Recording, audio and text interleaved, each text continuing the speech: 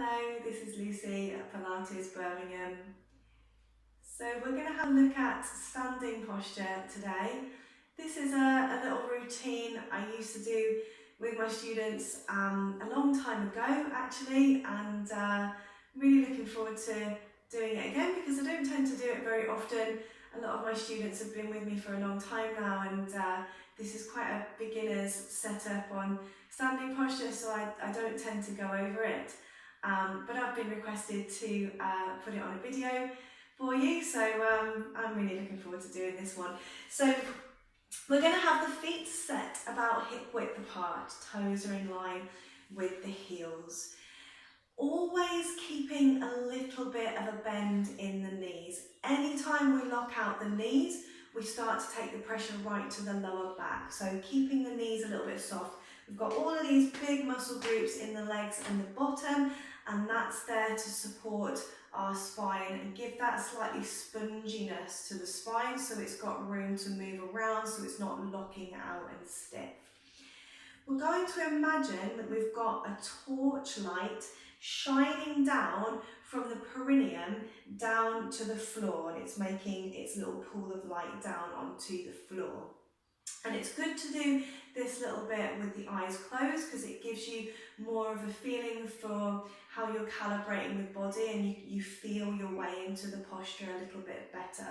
So closing the eyes, visualizing that pool of light coming down from the perineum down onto the floor.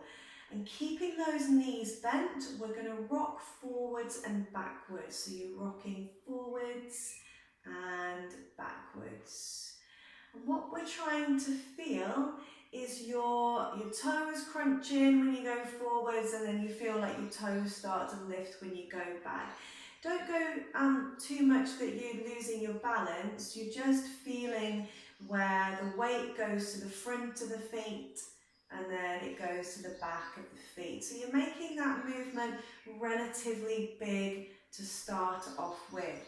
And you're imagining that torchlight shining towards the toes and then shining towards the heels. So you're shining towards the toes and to the heels. And then start to make that movement smaller, so you're not having to crunch your toes too much and your toes aren't lifting when you go back. So you're still rocking that weight forwards and back, and feeling that where that torchlight is shining, we're making the movement smaller each time. And we want to stop in a place where we feel like we've got that torchlight shining right into the middle of the foot.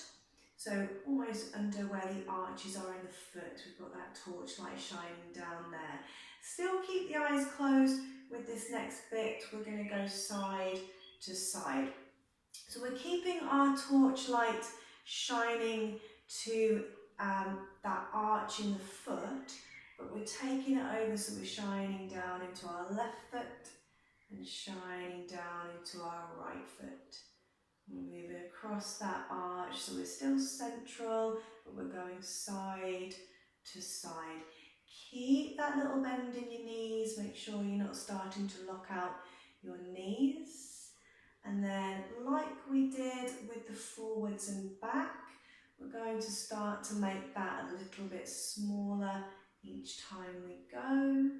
So feeling again that your torchlight starts to become more central, and you'll eventually come to a stop where we've got that torchlight shining down right in between our feet and over the arches of the foot, so central on the foot.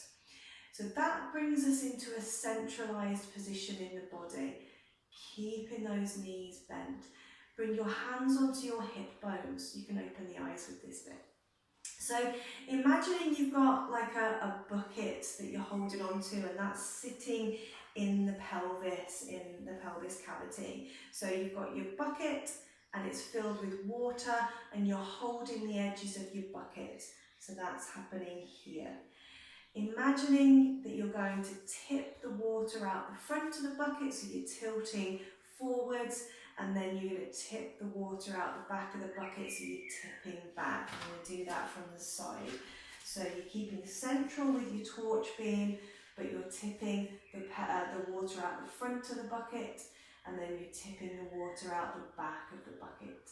So you're tilting the pelvis forwards, and you're tilting the pelvis back.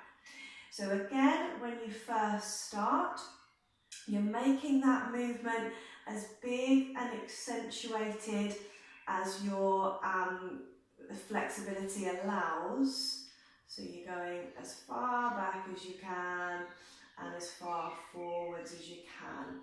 And then visualizing that bucket of water, we're going to start to make the movements a little bit smaller each time we go. So you're not so much spilling out the back or the front with that water, and you're coming steadier, smaller each time you rock the pelvis, each time you tilt that bucket. And you'll come to a place where you'll stop, and you want to feel that as you're holding that bucket of water, your water level is sitting level, it's not coming out the front or the back. So that should feel like a neutral pelvic position. And looking at that in a technical way, it's where we've got our hip bones and pubic bone sitting level. So we're not pushing the pubic bone forwards, we're not taking the pubic bone back. So we've got our hip bone and pubic bone sitting level, and that will be our neutral pelvic position. So keeping that torch beam central, knees soft, and that water level, steady, neutral pelvis, thinking about the rib cage position. When often people say stand up straight, a lot of people come into what we kind of term in the industry as sergeant major position, which is not the right position. They sort of go like this, shoulders back, heart up, and they come into like sergeant major position. What we want to feel when we stand up straight is that we increase the space in the vertebrae and we lengthen up through the back of the neck.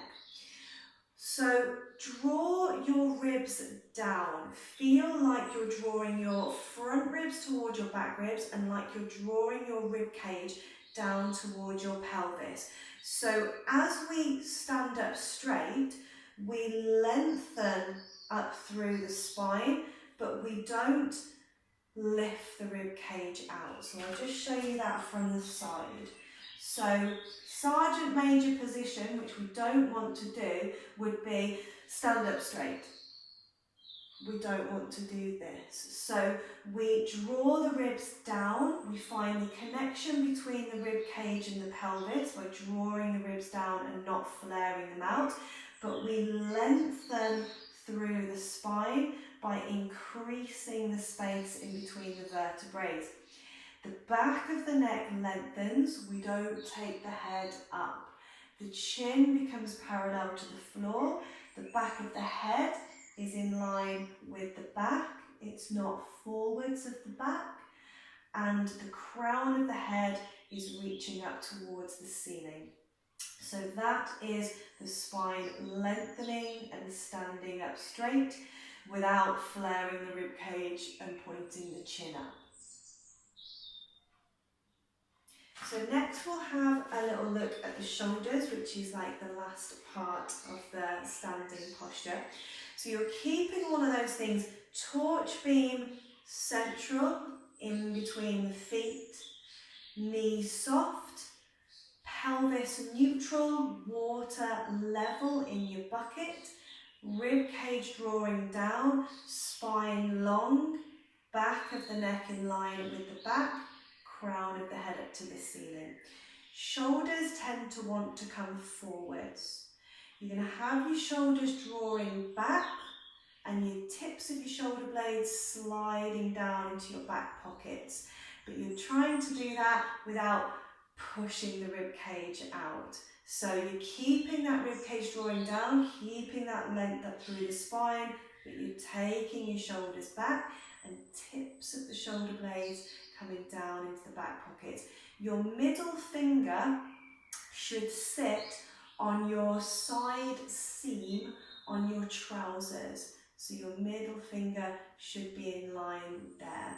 So I'll just do that again from the side. So torch beam central, water level in your bucket. Draw your rib cage down, lengthen up through the spine, the back of the neck to the crown of the head. Shoulders tend to want to be here. So keeping your rib cage flat and drawing down, shoulders are coming back, tips of the shoulder blades coming down into the back pocket, middle finger sitting onto your central seam on your trousers. So that is your standing posture from the side. Now often when we come into this correct standing posture, it can feel like quite an effort because actually we're having to engage quite a lot of muscles to even just hold ourselves in that well-aligned position.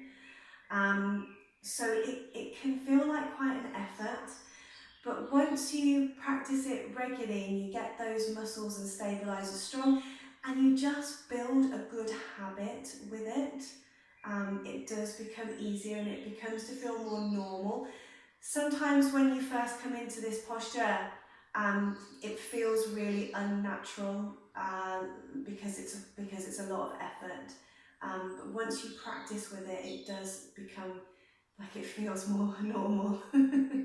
So I will make a video as well on correct posture from the supine position lying down, so have a look out for that in the next week or two. And if you enjoyed the content in this video, please do share and like the video, and do subscribe. There are other videos on postural alignment, lots of things for hip rehabilitation and for spinal strength and rehabilitation as well. So thank you so much for watching.